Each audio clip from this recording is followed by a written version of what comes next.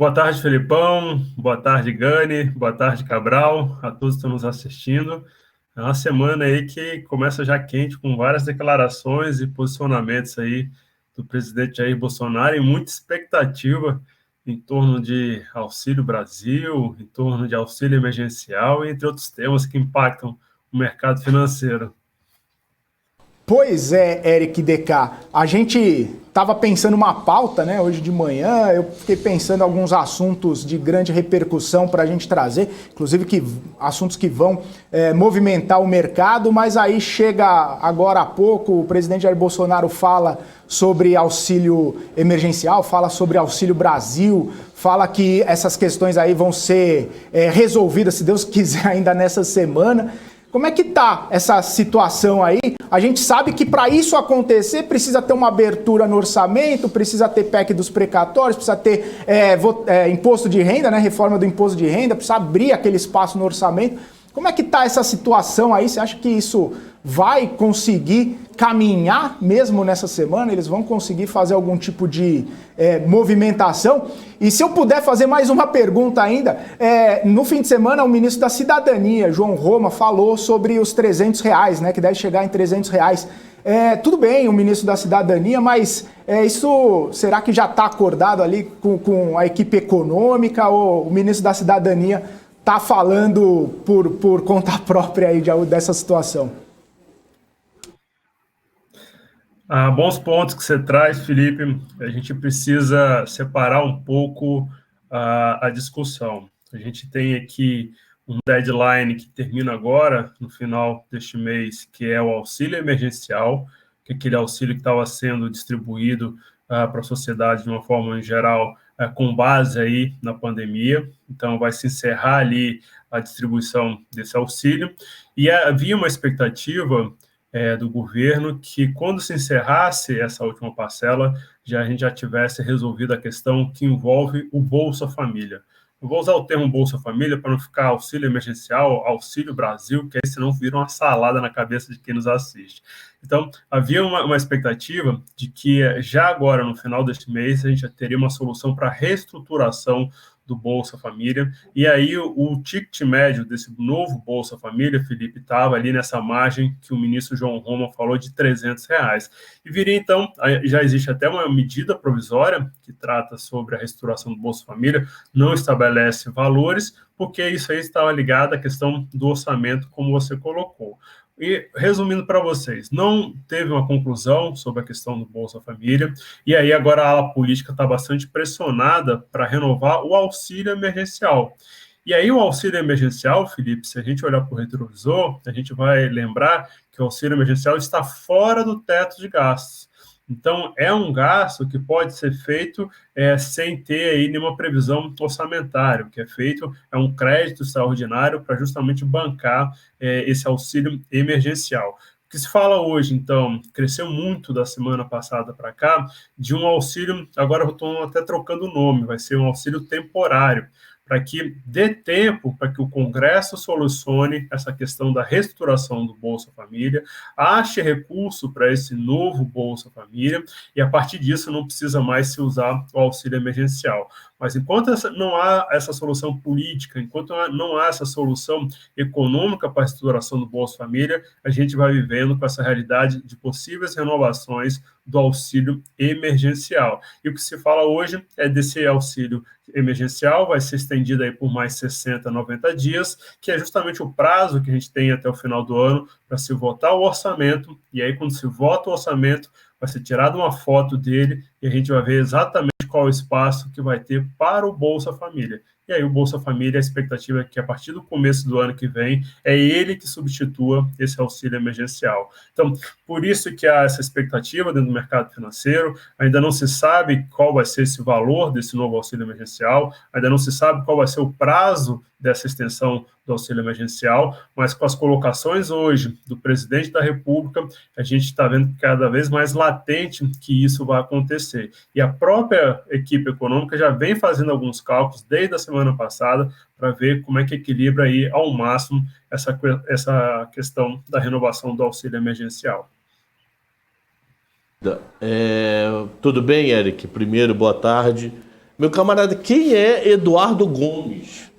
Esse é novo para mim na fila do pão.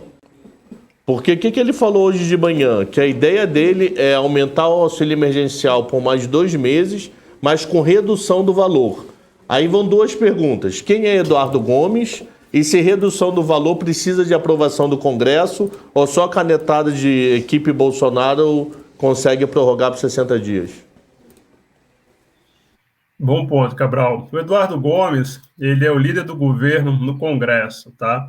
E ele chegou até a ser cotado para ser o novo presidente do Senado, mas ali na disputa que teve, o Davi Alcolumbre, que era o então presidente, apoiou o Rodrigo Pacheco, e aí o Rodrigo Pacheco conseguiu ganhar atração. Então, o Eduardo Gomes tem, sim, o seu peso dentro do Congresso, ele é um dos principais líderes, já chegou até a ser cotado para ser o ministro da articulação, aquele ministro que fica responsável aí por fazer a ponte entre o Palácio do Planalto e o Congresso. No final, acabou indo a Flávia Arruda por questões aí de relacionamento com o Central. Então, ele tem, sim, o seu peso, ele tem o trânsito aqui dentro da casa.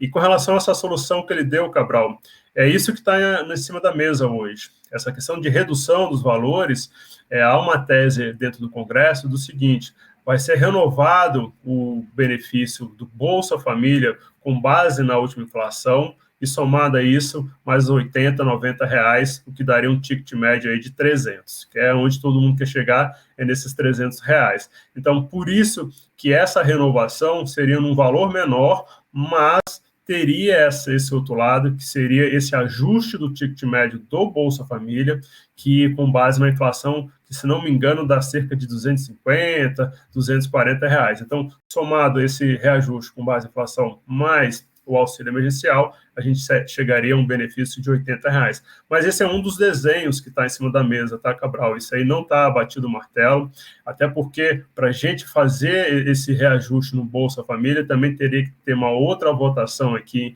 dentro do Congresso. Com relação a essa questão da canetada, sim, a renovação do auxílio emergencial é com base numa canetada, e isso é feito, encaminhado para o Congresso, um crédito extraordinário, como eu falei para vocês, e aí esse crédito extraordinário é aprovado. E lembrando, Cabral, esse valor do auxílio emergencial é fora do teto de gasto. É aquela coluna que o Congresso e o governo criou durante a pandemia para não ter limite de gasto nessa área social durante a pandemia. Ô Eric, boa tarde, um prazer falar contigo novamente, meu caro. Esse auxílio emergencial, então ele poderia ser estendido para 2022? Também haveria um prazo até 2022 para onde ele vai? E já emendando uma outra pergunta que está relacionada ao tema do orçamento, os precatórios devem ser votados na Câmara, né, nesta semana. Minha pergunta é, se tudo ocorrer bem na Câmara, isso segue para o Senado. Há risco de a proposta mudar no Senado ou não? Quer dizer, a vitória na Câmara já vai ser ali uma sinalização para o governo, para o mercado, que a situação se resolveu? Bom ponto, Gani. Com relação ao auxílio, pode ser renovado aí de 3 meses, de 6 meses, dentro da sensibilidade aí do próprio governo e das necessidades, tá?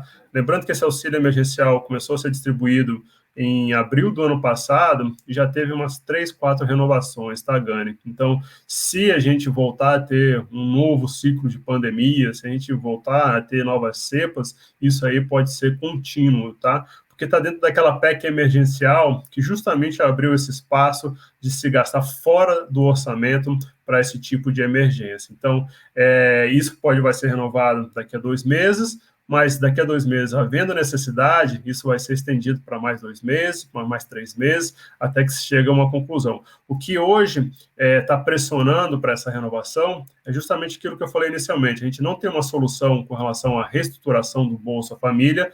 Então, como vai vencer a última parcela do auxílio emergencial agora no final do mês, a turma aqui em Brasília quer, então, estender para dar tempo aí de se achar um consenso dentro do Congresso sobre a reestruturação do Bolsa Família. Com relação à PEC dos precatórios, amanhã vai ser votado na comissão especial e há uma expectativa de que pode ser puxada ainda essa semana para o plenário da Câmara.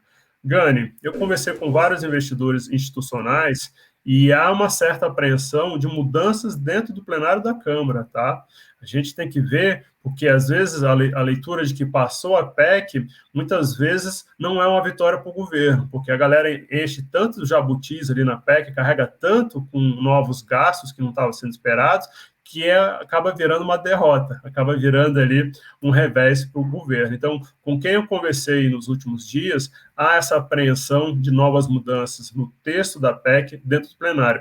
E lembrando, para colocar todo mundo na mesma página, o texto já foi alterado. Dentro da comissão, foi inserido um jabuti, que é aquela previsão de dívida de divisão da dívida previdenciária dos municípios em 20 anos.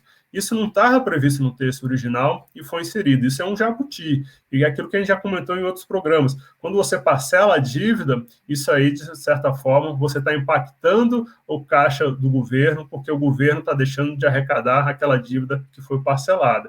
Então, há uma apreensão muito grande ainda com relação ao resultado da votação no plenário da Câmara. E sim, passado pelo plenário da Câmara, vai para o Senado, e eu acredito que essa vai ser uma proposta que passe com tranquilidade nas duas casas nesse próximo mês.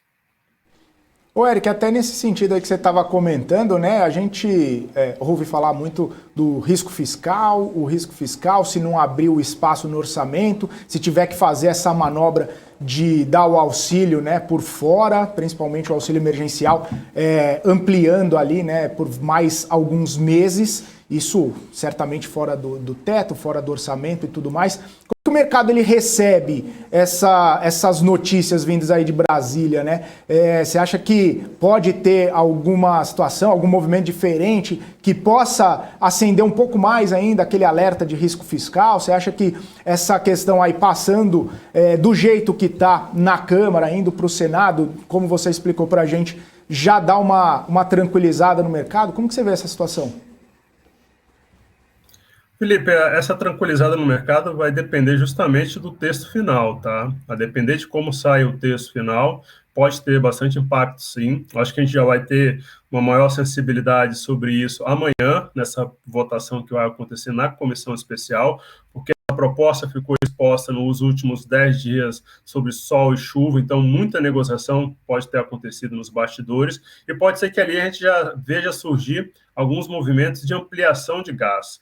Hoje, o maior receio do investidor é que na PEC venha com algum dispositivo para fazer ajustes ali na regra do teto de gastos, que é aquela regra que estabelece um limite de gasto do governo, e isso abre espaço para que novas emergências, para que novos gastos sejam colocados ali dentro da proposta, entendeu? Para que hoje a gente está falando assim, ó, vamos mexer no teto para cuidar dessa questão da PEC dos precatórios. Mas amanhã, Felipe, pode ser que no meio da discussão surjam novas emergências. Então, vamos além da PEC dos precatórios, vamos mexer com esse itens, e aí a gente vê ficando cada vez mais elástico essa questão de entendimento sobre furar o teto de gastos, e aí a gente vê que isso pode sim acontecer dentro do plenário da Câmara, tendo em vista que a gente está no ano pré-eleitoral, tendo em vista que o apetite dos parlamentares por ampliação de gastos no ano que vem está cada vez mais latente.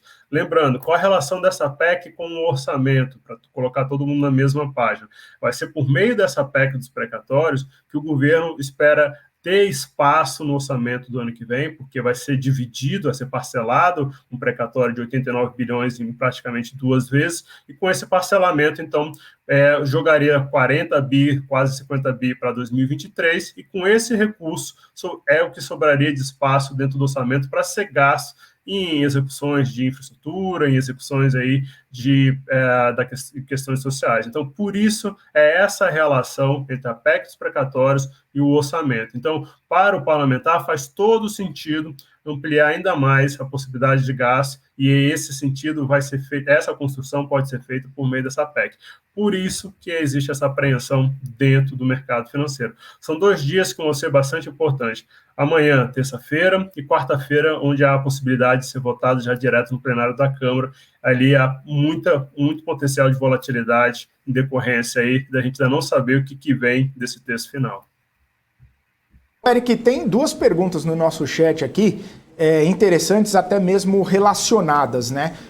Do próprio Felipe.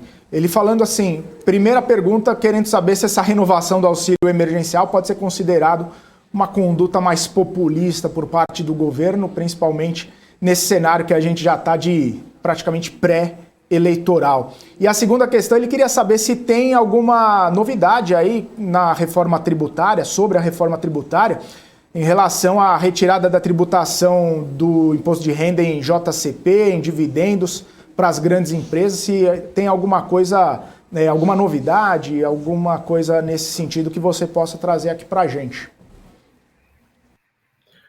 Filipão, com relação à sua primeira pergunta, essa questão de uma conduta mais populista, o fato é que a gente ainda está vivendo dentro de a pandemia ainda não acabou, então a gente ainda continua vivendo dentro desse cenário de pandemia, o que dá justificativa para o Congresso renovar aí esse auxílio emergencial sem ter um carimbo de populista.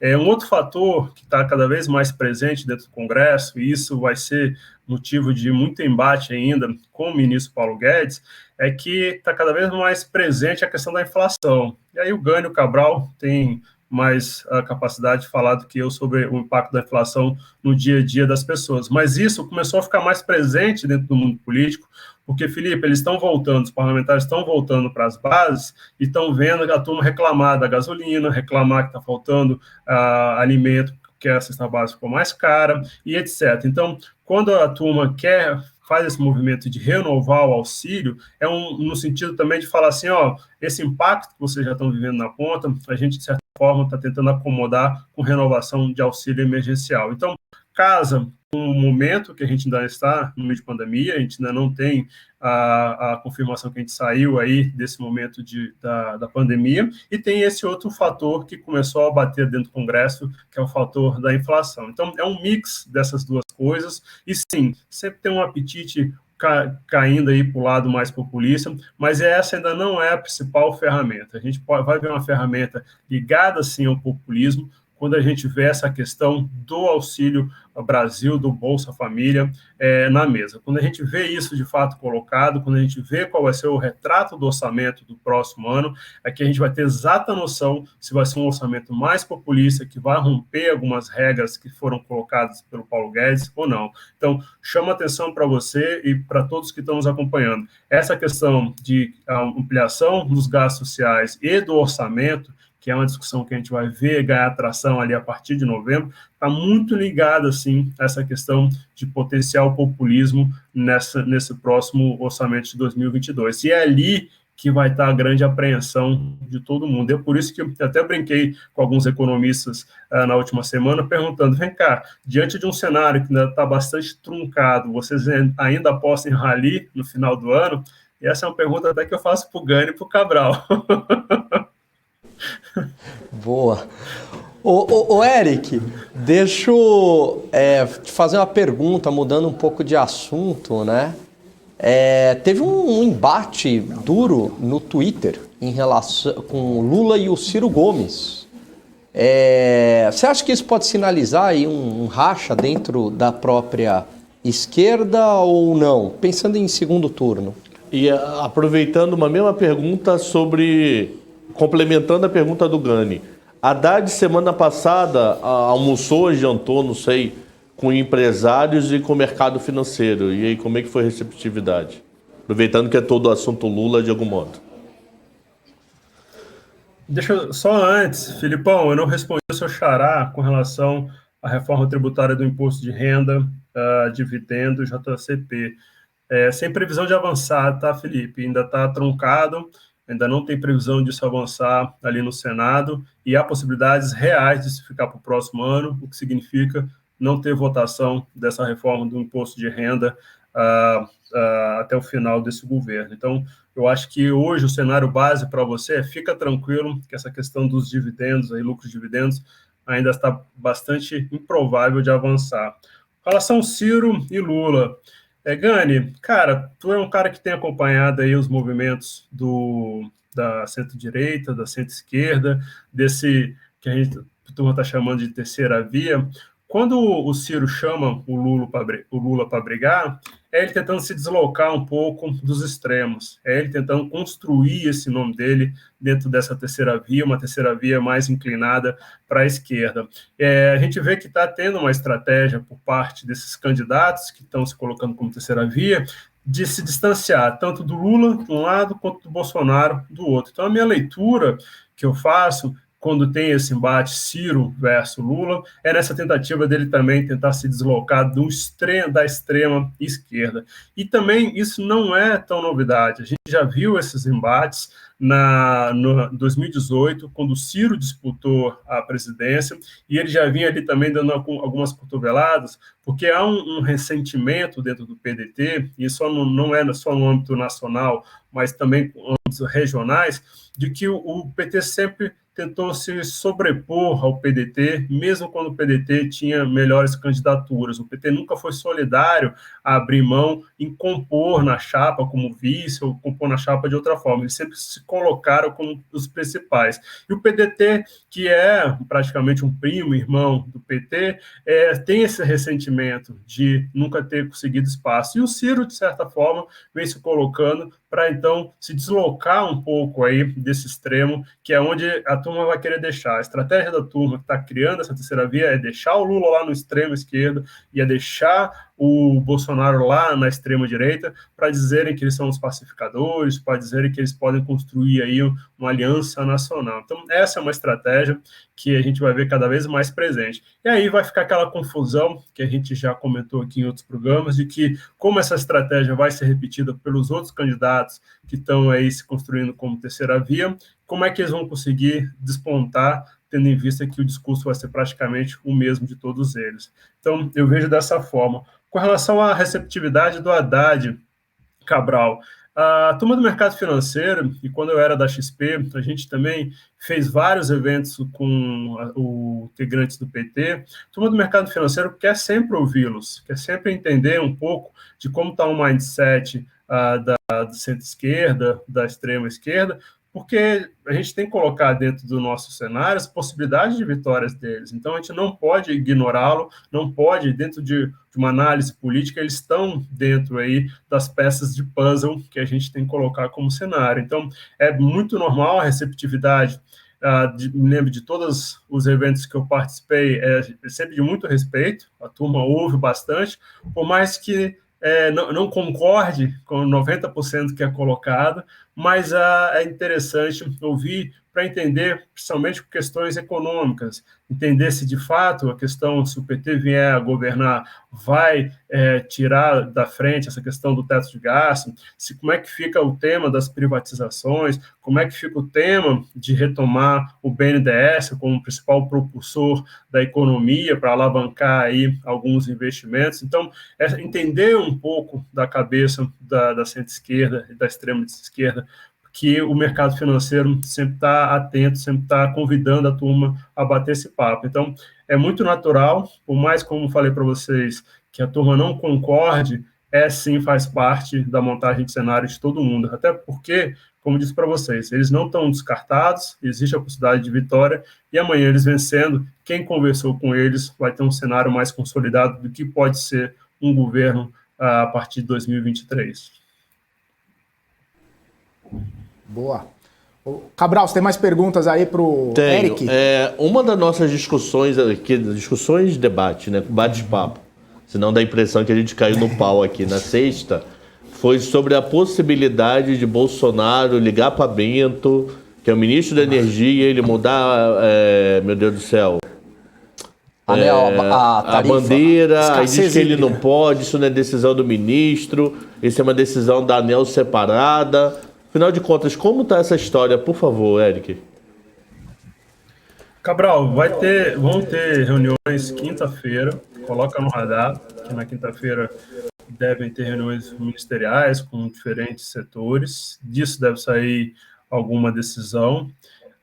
Essa pressão do Bolsonaro existe, e até pública, né, para não mexer nas questões da tarifa, mas o que normalmente se sobrepõe são questões técnicas, tá? Então, assim, uma vez colocado a necessidade e mostrado os motivos, pode ser até, Cabral, que ele tenta encontrar soluções em outras áreas para fazer um equilíbrio. E aí eu vou dar um exemplo para vocês na questão do diesel. Você lembra que no começo do ano, para reduzir o diesel, eles trataram ali de questões de OF, trataram de outras questões, justamente que não tinha nada a ver com diesel, mas para compensar. Então, pode ser que a gente veja, Cabral, compensações desse tipo, seja aí em questões de ICMS, seja aí em questões que que tratem de imposto do governo para compensar um possível aumento da tarifa.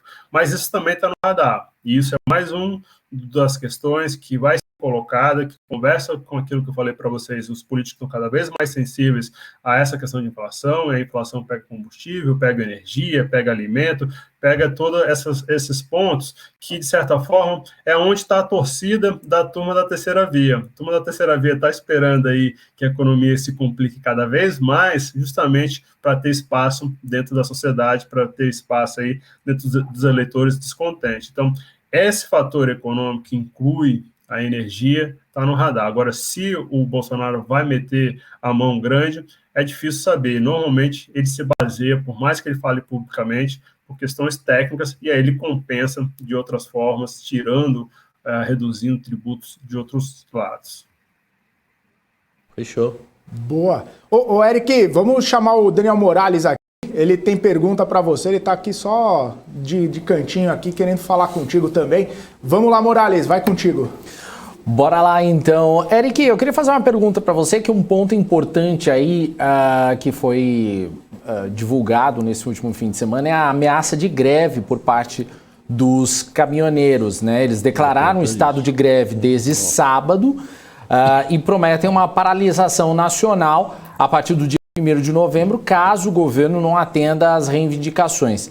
A categoria ela pede respeito ao piso mínimo do frete, aposentadoria especial e mudança na política de preços da Petrobras para baratear o custo do combustível. Mais uma ameaça e mais uma ameaça que pode resvalar na Petrobras. Eu queria saber como é que você avalia isso, o governo ele vê potencial da greve avançar? Aliás, Eric, eu queria também estender essa pergunta tanto para o Cabral quanto para o Gani, mas queria começar com você primeiro.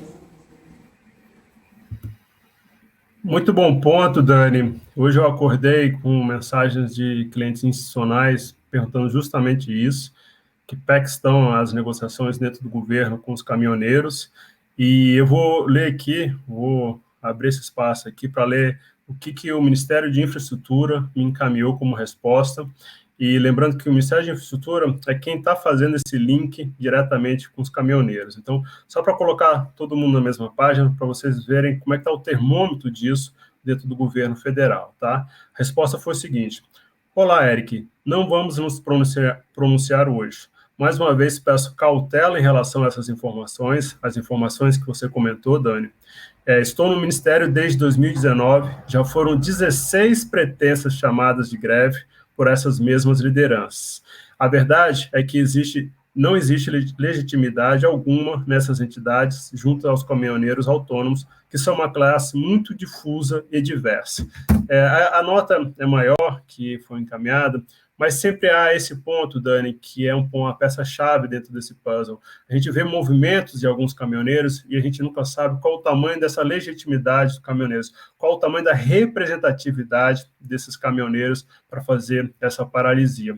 Conversei também mais cedo com um representante de entidades caminhoneiros mais focada aí em São Paulo, que tem aí um grande número de associados, e eles disseram para a gente que não há previsão por parte deles de aderir a essa greve. A gente pode ver ali no dia 1º paralisações pontuais, pode, mas pelo que a gente tem visto, não vai ser nada generalizado como a gente viu ali em 2017, tá, Dani? Lembrando que em 2017, ali no governo Temer, houve aquela paralisação nacional, o contexto era a questão dos combustíveis, era a questão aí do diesel, e ali realmente houve um estrago muito grande, um impacto muito grande dentro da economia como um todo. Mas a gente tem visto que não é, neste momento, no dia de hoje, uma das maiores preocupações por parte do governo, que está monitorando, e não há uma adesão ainda ampla com relação a isso. E lembrando, só nesse ano a gente viu umas 2 ou 3 vezes tentativas de paralisação, inclusive naquela última 7 de setembro. Eu me lembro que eu estava lá no Congresso e você falou, tem os caminhoneiros chegando aí na esplanada dos ministérios, a turma vai tentar entrar. Ali eram fatos isolados. A gente pode ver novamente alguns fatos isolados pelo Brasil, mas eu acredito que não vai ser um efeito em cadeia, não. O Gani e o Cabral podiam comentar também a respeito disso. Vocês acham que também é só uma... Fogo de palha. Acho que essa é a melhor. Eu sigo o voto aí do relator Eric, né? E só complementando que se tivesse uma greve dos caminhoneiros, seria muito ruim para o país, né? Obviamente, isso no governo Temer, aquela uma semana lá teve um impacto mais ou menos de 0,8 pontos percentuais no PIB. Ao invés de o país crescer 2, cresceu 1,2 por conta da greve dos caminhoneiros. Mas eu tô com o Eric aí, acho que enfim, é muito pontual, é muito disperso esse movimento, né? Só um dado curioso, na greve dos caminhoneiros eu fui dar aula no interior de São Paulo. Não tinha como voltar, eu fiquei preso lá 2 dias de falta de combustível. Nossa. Não tinha como sair da cidade. Que beleza, hein? Ainda bem que pagaram hotel para ficar lá sem fazer nada, porque não tinha combustível. Nossa, que situação. Tem um fator que conversa também com essa realidade que a gente está falando econômica, mais uma vez de inflação, etc., que a gente trouxe no início do bloco, que a paralisação, como o Gani falou, tem um impacto monstruoso na economia, agora no curto e no médio prazo. E o governo não tem interesse disso, tá? O governo não é interessante, e a gente tem que lembrar que ali no dia 8 de setembro, logo na sequência do 7 de setembro, teve aquela grande movimentação por parte do Bolsonaro e da turma que apoiam ele. O Bolsonaro entrou em campo para tentar aí desfazer qualquer movimentação dos caminhoneiros, mandou áudio, mandou o ministro, mandou todo mundo. Então, assim, para o governo não é interessante ter essa paralisação, e tendo sinais de avanço, Dani, eu tenho certeza que a gente vai ter uma negociação ainda mais dura aí com relação a isso. Então, pode, como eu falei, pode ter questões pontuais, mas não acredito que vai ser nada em cadeia. E essa turma que eu conversei, que é representante de caminhoneiros, especialmente aí na Grande São Paulo, a gente tem que lembrar que São Paulo é um grande eixo. Se ali o fluxo estiver ok, pode ser que isso, então, não atrapalhe as demais regiões. Então, vamos esperar, mas ainda está uma coisa muito insípida e muito dentro dessa questão de alguns se colocarem para ganhar até exposição na mídia, para se colocarem como uma liderança dos caminhoneiros, mas essa é a grande dificuldade dessa classe. Eles não têm essa liderança, então é muito difícil ter uma única pessoa para comandar todo esse processo. Legal, Eric. Eu vou trazer de volta o Felipe aqui para continuar o papo. Beleza. Bora. Ô, Morales, achei que você ia tocar o barco aí com o Eric DK, bater um papo a mais com ele, repercutir as coisas. É ciúmes isso? Tá bom, vamos lá. Esse é ciúmes? Não é ciúme não. Eu falei, pode tocar o barco. Ciúmes. É que eles não me querem colocar. Me tira do ar, produção. Põe no Gabriel aqui. Pode me tirar, não tem problema. Não, de jeito nenhum. Isso Fica aí, Cabral. Eu fico olhando pra essa sua barba, não consigo parar de rir aqui. Eu tenho mais uma pergunta rápida e uma dúvida. Não, Posso? A gente tem. O Eric vai ficar aqui até 15 para as 8 da noite respondendo pergunta pra gente. Mas vai lá.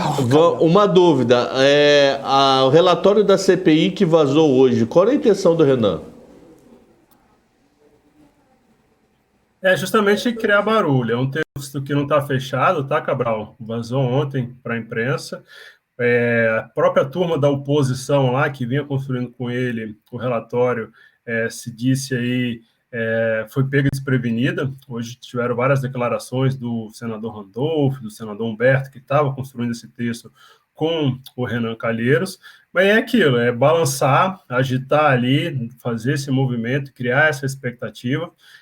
E agora a previsão, Cabral, é de que o texto fique 7 dias exposto aí também sobre sol, sobre chuva, e com a previsão aí de votação depois desses 7 dias. Até lá, Cabral, muita coisa vai mudar nesse texto, muita coisa vai ser incluída nesse texto, muita coisa vai ser retirada, e é possível que a gente veja novas prorrogações, porque para a turma que está na CPI, quanto mais esse debate ficar exposto na imprensa, quanto mais esse barulho ficar, melhor para eles. Eles estão ganhando, estão capitalizando com isso, entendeu? Até porque, encerrando essa etapa da CPI, aquilo que a gente tem sinalizado em todos os programas, quem vai pegar esse material vai ser a turma que são as autoridades como Procuradoria-Geral da República, Ministério Público, são outras autoridades, isso não vai estar mais na mão deles. Então, assim, eles vão surfar ao máximo, vão postergar ao máximo, e ali dentro do Congresso, principalmente dentro do Senado, o regimento interno é muito flexível para esse tipo de manobra, para esse tipo de flexibilização no calendário. Então, a gente vai ver isso se estendendo cada vez mais, é possível até que daqui a 7 dias a gente não veja a conclusão, porque pode ser que no meio do caminho ache uma nova prova que é importante investigar, e aí a turma vai esticar de tempos em tempos. Então, faz parte do show, faz parte aí da dinâmica aqui da política, de deixar o Bolsonaro exposto o máximo possível nesse tema da CPI. E reforçando, CPI não tem o poder de julgar ninguém, só tem o poder de falar assim, eu tenho materiais de algumas suspeitas aqui, por favor, autoridades, agora investigue, vê se isso tem procedência ou não. Beleza. Queria só um último assunto aqui, o Eric, falar um pouquinho de Paulo Guedes, tá de volta lá dos Estados Unidos, né? Ficou semana passada lá. E aí teve uma conversa no fim de semana que ele estaria preparado aí para pedir o chapéu, tinha até escrito uma carta de demissão. Vira e mexe tem conversa de que Guedes estaria esvaziado, ficando diladeado aí no governo, poderia sair, poderia ser saído. Ainda mais nessa semana que a gente sabe que tem aquela história do Pandora Papers, né? Que Guedes poderia ter que se explicar lá no Congresso. Como que você está vendo toda essa história aí? Recorrente, né? Essa coisa do Guedes fica, Guedes vai. Como que você está vendo isso? Diz que Rei Charles viu a carta de demissão dele, né? Vai ser cancelado, cara. Ô, Felipe, saiu essa notinha no final de semana, criou um certo burburinho entre alguns integrantes do mercado financeiro de que o ministro Guedes teria assinado a carta, mas se você pegar a própria nota que saiu, tem uma palavra-chave ali que se chama assim, a conferir. Acho que nem o próprio jornalista, não vou mencionar o jornalista, mas nem o próprio jornalista estava seguro do que estava dando, né? Porque quando o jornalista está seguro, crava, não bota assim, a conferir, vamos ver, será que não coloca dentro de um texto isso. Então, assim, bagunçou sim, houve uma certa movimentação, que estava no final de semana aí, já meio que embalado, numa semana que foi quebrado pelo feriado, falou, opa, será que pode ser? O fato é que ele até agora não se pronunciou publicamente, de uma forma extensa.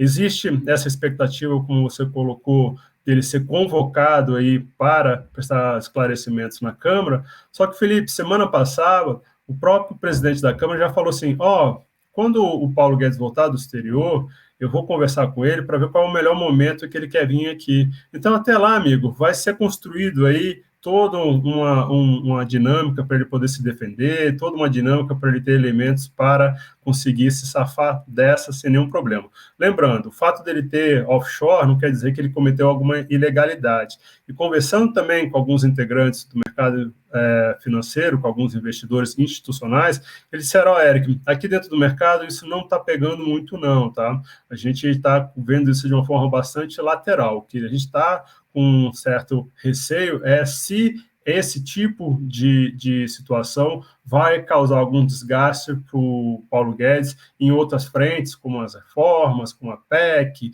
como o orçamento. Então, hoje, o investidor, com a turma que eu conversei, está mais focada nisso do que no tema em si, offshore. Mas, lógico que, como ele ainda não deu nenhuma declaração mais ampla sobre isso, pode ser que, quando ele vá para o plenário, tenha alguma casca de banana e as coisas fiquem um pouquinho piores para ele nesse tema e a turma do Congresso tente avançar, tentando emparedá-lo cada vez mais, tentando enfraquecê-lo cada vez mais uma vez, tendo em vista que daqui a 3, 4 semanas a gente vai estar discutindo um orçamento, e quanto mais fraco o quanto mais fraco o Paulo Guedes chegar nessa discussão do orçamento, melhor para o Congresso, porque ali eles vão fazer e acontecer. Então, acho que está nisso, não tem uma data ainda, mas quando vier também vai ser uma participação dele já bastante arquitetada, aí, já bastante calculada. Maravilha. Mais alguém tem perguntas aqui Eu pro... tenho só uma dúvida de hierarquia. Show. Ricardo Barros é líder dos deputados pelo governo. Fernando Bezerra no Senado. E Eduardo Gomes, como é que é nessa história? Congresso. Líder das duas casas. Ele é o chefe dos dois, vai, a grosso modo. Ricardo Barros está embaixo, Fernando Bezerra embaixo, ele está em cima. Não. Existe a dinâmica da Câmara, existe a dinâmica do Senado e existe a dinâmica do Congresso. Por exemplo, Cabral, quando tem aquelas votações de veto, quando tem votações de PLN, que são aqueles créditos extraordinários, quando tem sessões do Congresso Nacional, cabe ao senador Eduardo Gomes organizar isso tudo, entendeu? Eric, aí participam tanto deputados quanto senadores, é isso? Exato. Ele não tem esse guarda-chuva, não. Ele representa as duas casas, mas em temas da sessão do Congresso. Mas, por ser líder, Cabral, ele tem trânsito com o Palácio, ele tem trânsito no Senado, porque ele tem que construir a maioria nas sessões que tem sessões de Congresso Nacional, que normalmente são vetos, que normalmente são esses PLNs. E o PLN, Cabral, são os créditos extraordinários. É ali que a turma pode fazer estripulia com mais gasto, entendeu? Então, o fator dele estar sinalizando o que pode ser gasto aí com relação ao auxílio emergencial tem relacionamento a futuras votações de PLNs, onde ele vai estar envolvido, onde ele vai estar articulando aí essa votação dentro do Congresso. É uma votação que acontece com a sessão que é composta por senadores e deputados. Tá, entendi. Fechou. Maravilha. Ô, Gani, você tem uma última pergunta, né, pro Eric? Não, é mais uma brincadeira que eu ia fazer. Eu falar, ô Eric, quem tem mais chance de cair, né? É o Paulo Guedes cair ou a Marina ganhar a eleição de 2022?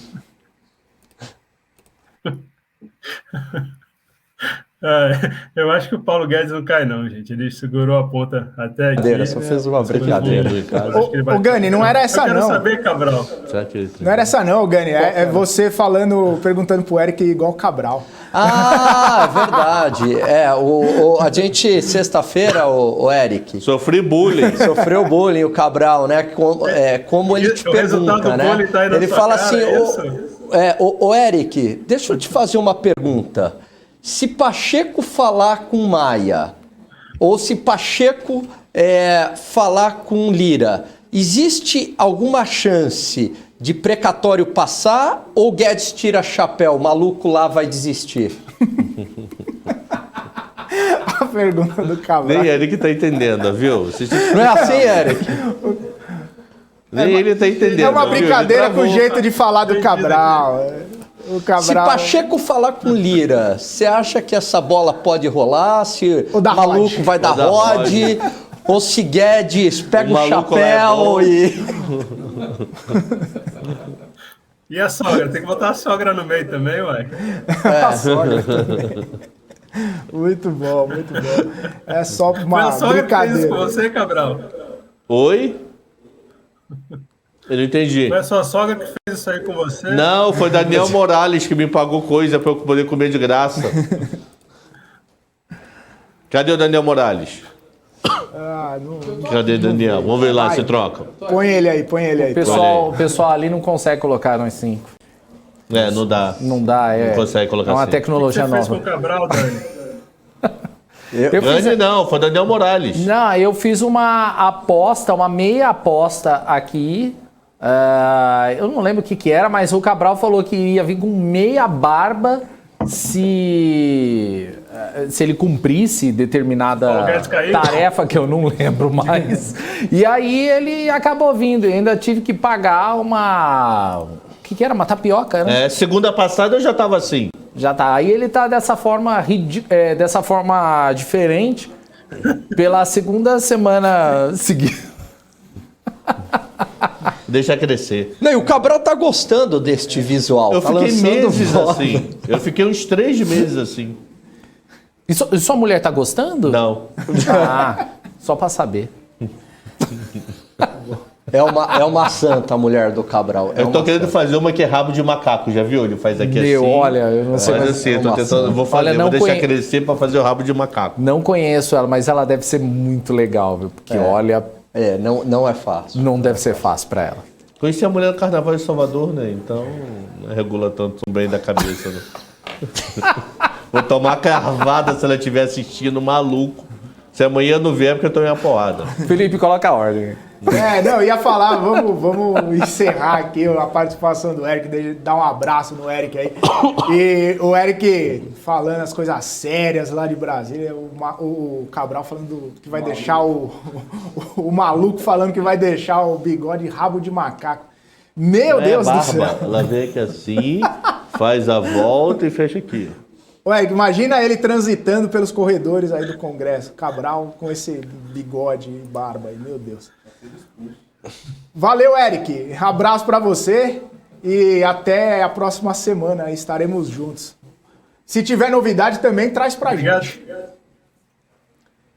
Obrigado, Felipe. Chama a atenção de vocês. Amanhã, 14 horas, votação na comissão especial da PEC dos precatórios. Vale acompanhar. Possibilidade de votação ainda nessa semana no plenário da Câmara.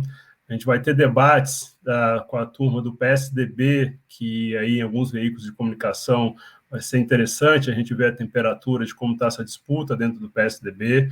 A gente vê um Dória aí meio que rateando, vê sinalizações de Eduardo Leite podendo avançar. A gente tem que ver como é que vai ser o desfecho dessa disputa dentro do PSD, que vai ser o representante do PSD que vai disputar a eleição no ano que vem.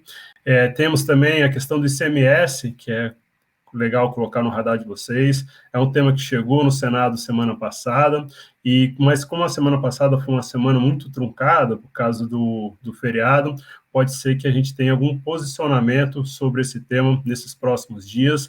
Há uma pressão muito grande em torno dessa proposta, que é aquela do ICMS barra combustíveis. Há a possibilidade aí de judicialização desse debate. A turma dos estados reagiu bastante forte a essa proposta, e é uma proposta que combinava a intenção do Lira de tentar diminuir os valores dos combustíveis, um tema que vai estar aí também no radar da política nessa semana, principalmente depois que a gente tiver essa declaração do Bolsonaro com relação ao diesel.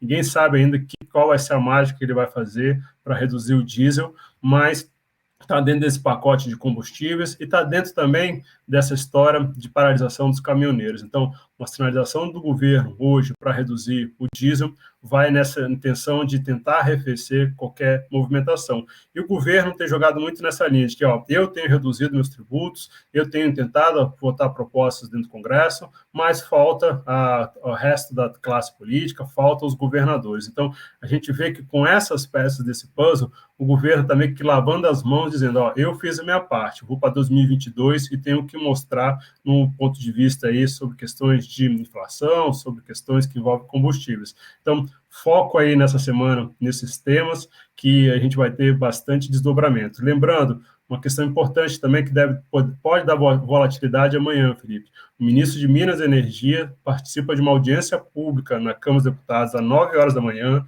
logo ali na abertura do mercado. Então, ele deve dar algumas declarações, inclusive sobre esse ponto que o Cabral trouxe aí, sobre essa questão de bandeira. Então, assim, vale a pena também acompanhar ali o início da abertura do mercado financeiro, porque o ministro Braga Neto vai estar debatendo com os parlamentares na Câmara dos Deputados ali a partir das 9 horas. Bem, é isso. Agradecer aí a oportunidade. Forte abraço para o Gani, um forte abraço para o Cabral. Valeu, Dani, também. Senti falta, Dani, dos seus candles aí, senti falta aí do seu painel colorido, mas na próxima você mostra pra gente. Obrigado a todos e boa semana.